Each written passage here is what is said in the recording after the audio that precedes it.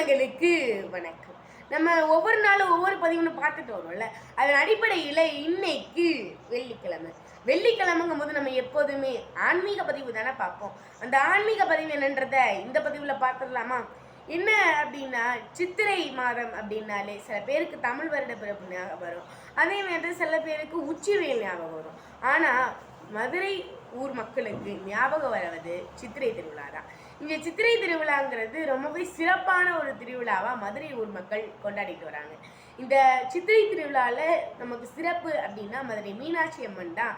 அந்த திக் விஜயம் அப்படின்ற பட்டாபிஷேகம் ஒரு பெண் முதலாக பண்ணிக்கிட்ட அந்த நாள் தான் சித்திரை திருவிழாவாக நம்ம கொண்டாடிட்டு இருக்கோம். அதாவது இது 16 நாள் நடக்கும். அதில் ஒரு விழா இதுவும் உண்டு.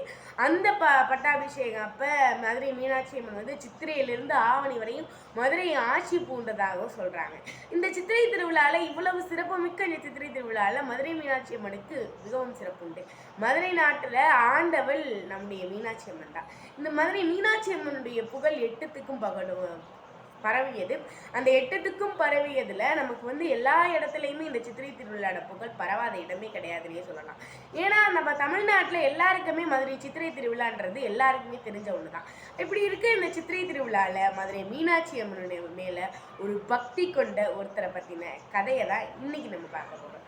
என்ன அப்படின்னா, நம்ம இந்தியாவிலேயே மிக மிக கொடுமையான ஆட்சி அப்படின்னா அது பிரிட்டிஷ் ஆட்சி தான். இந்த பிரிட்டிஷ் ஆட்சி நம்மளை எவ்வளவு கொடுமைப்படுத்தினாங்க அப்படின்றது உங்கள் எல்லாருக்குமே தெரிஞ்ச ஒரு விஷயம்தான்.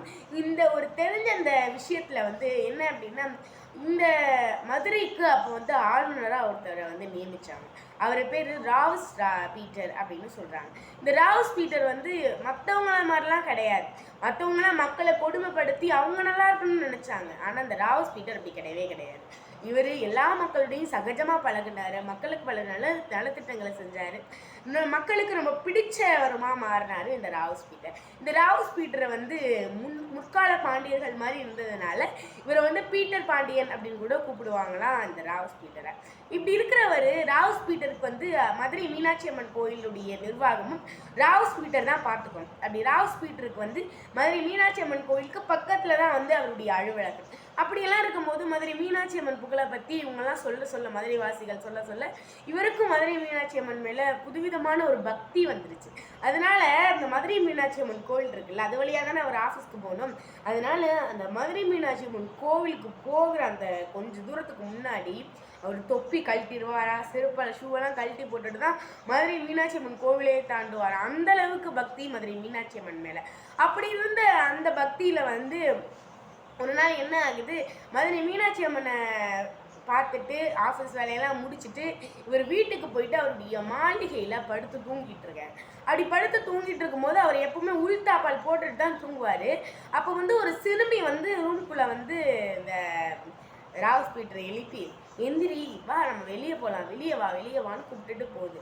ராவ்ஸ் பீட்டர் சின்ன பிள்ளை ஆசையாக கூப்பிடுதுன்னு அந்த சின்ன பிள்ளையோட போகிறாரு. போனதுக்கப்புறம் வெளியே அவங்க காலடி எடுத்த வச்சு அடுத்த நிமிஷம் ஒரு பெரிய இடி ஒன்று விழுந்து அந்த மாளிகையே தரமட்டமாயிடுது. இந்த தரமட்டமான அந்த மாளிகையை பார்த்த உடனே நம்முடைய ராவ்ஸ் பீட்டருக்கு அதிர்ச்சி தாங்க முடியல. என்னடா அது இப்படி இருக்கு, இவ்வளோ தரமட்டம் ஆயிடுச்சுன்னு பார்க்கும்போது அந்த சிறுமின்னு தேடுறப்ப அந்த சிறுமி நடந்து போயிட்டு இருக்கா, வெறுங்காலோட நடந்து போயிட்டு இருக்கு. இப்படி நடந்து போயிட்டு இருந்தோடனே அந்த பாப்பா தான் நம்மளை காப்பாத்திருக்கு, இது யாரா இருக்கும் அப்படின்னு பார்க்கலாம், அந்த பாப்பாவுக்கு நன்றி சொல்லலாம்னு சொல்லி போறாரு. அப்போ அவருக்கு ஒரு ஐயம், நம்ம தான் உள்தாப்பால் போட்டிருந்தோம்ல, அப்புறம் எப்படி கதவை திறந்துருக்கும் அப்படின்ற ஐயம் இருந்தாலும் இப்போ நம்ம இந்த பாப்பாவுக்கு போய் நன்றி சொல்லணும், அதுதான் நமக்கு அப்படின்னு சொல்லி அந்த சின்ன சிறுமி கிட்ட நடந்து போறாரு.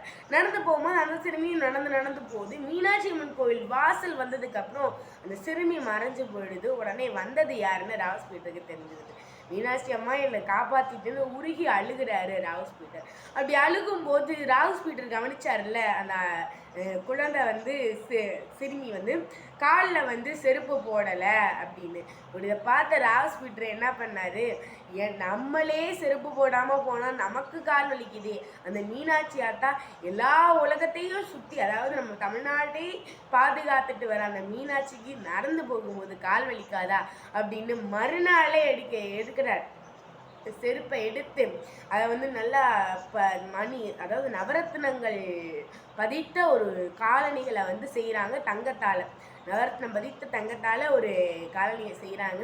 அந்த காலணியை இன்ன வரைக்கும் சித்திரை திருவிழா எடுக்கும்போது ஊர்வலம் போகும்போது மதுரை மீனாட்சி அம்மன் காலில் அது இருக்கும். அந்த அளவுக்கு பக்தி மிகுந்த பீட்டர். அதே நேரத்தில் அந்த காலணியில் இன்னொரு சிறப்பு என்ன அப்படின்னா, அதில் அடியில் பீட்டர்னு ஒரு பெயர் பொறிச்சிருக்குமா. அது ஏன் அப்படின்னா, மீனாட்சி அம்மா நடந்து போகும்போது எம்மேல் நாங்கள் நடந்து போனதா இருக்கட்டும் அப்படின்னு சொல்லி பீட்டர் அவருடைய பேரை வந்து அந்த காலனிக்கு கீழே பொறிச்சார். அதனால அந்த பாதணிகளை எப்போதுமே சித்திரை திருவிழாப்போ ஊர்வலத்தப்போ போட்டுட்டு போவாங்க.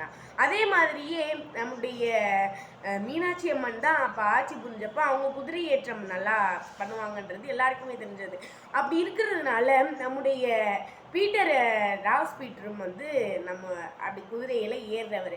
அவருக்கு எல்லாமே தெரியும், குதிரை ஓட்டுறது, அதை எப்படி பிடிக்கணும் அதெல்லாம் தெரியும். ஆனால் அப்போ மதுரை சித்திரை திருவிழா நடக்கும்போது குதிரையில் வந்து இந்த கயிறு வச்சுருப்பாங்கல்ல, அது அந்த கருவி அவங்க வச்சிருக்க பிரிட்டிஷ்காரங்க பயன்படுத்தி அந்த கருவி இல்லாததுனால மதுரை மீனாட்சி அதை எப்படி இதெல்லாம் தாங்கிக்குவா, அவளால் குதிரையை கட்டுப்படுத்த முடியுமா அப்படின்னு சொல்லி, இது கஷ்டப்படக்கூடாது, மதுரை மீனாட்சி எதுலையுமே கஷ்டப்படுத்தக்கூடாது அப்படின்றதுக்காண்டி நம்முடைய ராவ்ஸ் பீட்டர் என்ன பண்ணாராம், போயிட்டு நம்ம அதான் பிரிட்டிஷ்காரங்க தான் எதையுமே வந்து மறந்தது இல்லையா. அதாவது அவங்க சேனைன்னு ஒன்று பயன்படுத்துவாங்க, குதிரையை கட்டி அதை வந்து ஓட்டிட்டு போகிறதுக்கு. அந்த எட்ரா தங்கத்தை அடிடா சேனைன்ற மாதிரி அவர் சேனையை அடித்து தங்கத்தாலேயே வந்து அடித்து அதையும் கொடுக்குறாரு. அதில் வந்து அதுக்கப்புறம் இன்ன வரையும் சித்திரை திருவிழாவில் அந்த கருவியும் பயன்படுது. இந்த ராவ்ஸ் பீட்டர் வந்து அவ்வளோ பக்தி மிகுந்த இந்த ராவ்ஸ் பீட்டர் வந்து மீனாட்சி அம்மனையே நினச்சிக்கிட்டு அவருடைய பதவி காலம் முடிஞ்சும் இங்கிலாந்துக்கு அவர் போகலை திரும்ப. நான் இங்கே இருக்கிறேன், என்னுடைய உயிர் இங்கே தான் பிரியணும் அப்படின்னு சொல்கிறாரு. இந்த மாதிரி மீனாட்சி அம்மன் ஆட்சி கோட்டத்தில் தான் என்னுடைய உயிர் பிரியணும்னு சொல்லி ராவ்ஸ் பீட்டர் சொல்லிட்டதுக்கு அப்புறமா அங்கே இருக்காரு. இருந்ததுக்கு அப்புறமா ராவ்ஸ் பீட்டரோட அந்த இறப்பு தருவாய் வரும்போது அவர் சொல்கிறாரு, நான் இறந்தாலும் ஒரு தேவாலயத்தில் நீங்கள் புதைக்கிறதா இருந்தாலும் சரி, என்னுடைய முகம் மதுரை மீனாட்சி அம்மனை பார்த்து தான் இருக்கணும் அப்படின்னு சொல்கிறாராம். சொன்னதுக்கப்புறம் அதே மாதிரி அவர் இறந்ததுக்கு அப்புறமுமே வந்து ஒரு தேவாலயத்தில் மதுரை மீனாட்சி அம்மன் முகத்தை பார்க்குறாப்புல தான் அவர் உடலையே புதைச்சாங்களாம். அந்த அளவுக்கு அவ்வளவு பக்தியான மதுரை மீனாட்சி மேலே அவ்வளோ உருகி நின்றவர் நம்முடைய ராவ்ஸ் பீட்டர். மதம் எந்த மதமாக இருந்தாலும் சரி, பிறப்பால் கிறிஸ்தவராக இருந்தாலும் ஒரு உள்ளத்தால் நம்முடைய மதுரை மீனாட்சி அம்மனை நினைச்சாங்க. அதனால தான் சித்திரை திருவிழாவில் இவ்வளவு மக்கள் கூட்டுருக்கும். அதனால மதுரை மீனாட்சி அம்மனை நினைச்சவங்க என்றைக்குமே கைவிடப்பட்டதில்லை அப்படின்றதுக்கு இந்த ராவ்ஸ் பீட்டரும் ஒரு உதாரணமாக இருந்திருக்காரு. அந்த அளவுக்கு மதுரை மீனாட்சி அம்மனுடைய புகழை நிலைநிறுத்திய பல பேர் இருக்காங்க. அதனால மதுரைவாசி மக்கள் அனைவருக்குமே இனிய சித்திரை திருநாள் நல்வாழ்த்துக்களை தெரிவித்துக் கொள்கிறேன். சித்திரை திருநாள் அப்படின்றது உங்களுக்கு எவ்வளோ முக்கியன்றது எனக்கு ரொம்பவே தெரியும். அதனால நல்லாவே கொண்டாடுவோம். எல்லா விழாக்களும் நல்ல விழாக்களே. அதாவது எந்த மதமாக இருந்தாலும் சரி, எந்த இனமாக இருந்தாலும் சரி, நம்ம அன்புனால தான் பக்தி உருவாக்குன்றத என்றைக்குமே நம்ம தெரிஞ்சுக்கணும். இதை தெரிஞ்சுக்கிட்டாலே நம் வாழ்க்கை நலமாக அமையும் என்று கூறி உங்களிடமிருந்து விடைபெறுகிறேன். நான் உங்கள் தீட்சா தேவிராஜ். ஊராட்சி ஒன்றிய சவாய்ப்பட்டியில் நான் 7ஆம் வகுப்பு பயின்று வருகிறேன். உங்கள் சிந்தனையில் நான். நன்றி, வணக்கம்.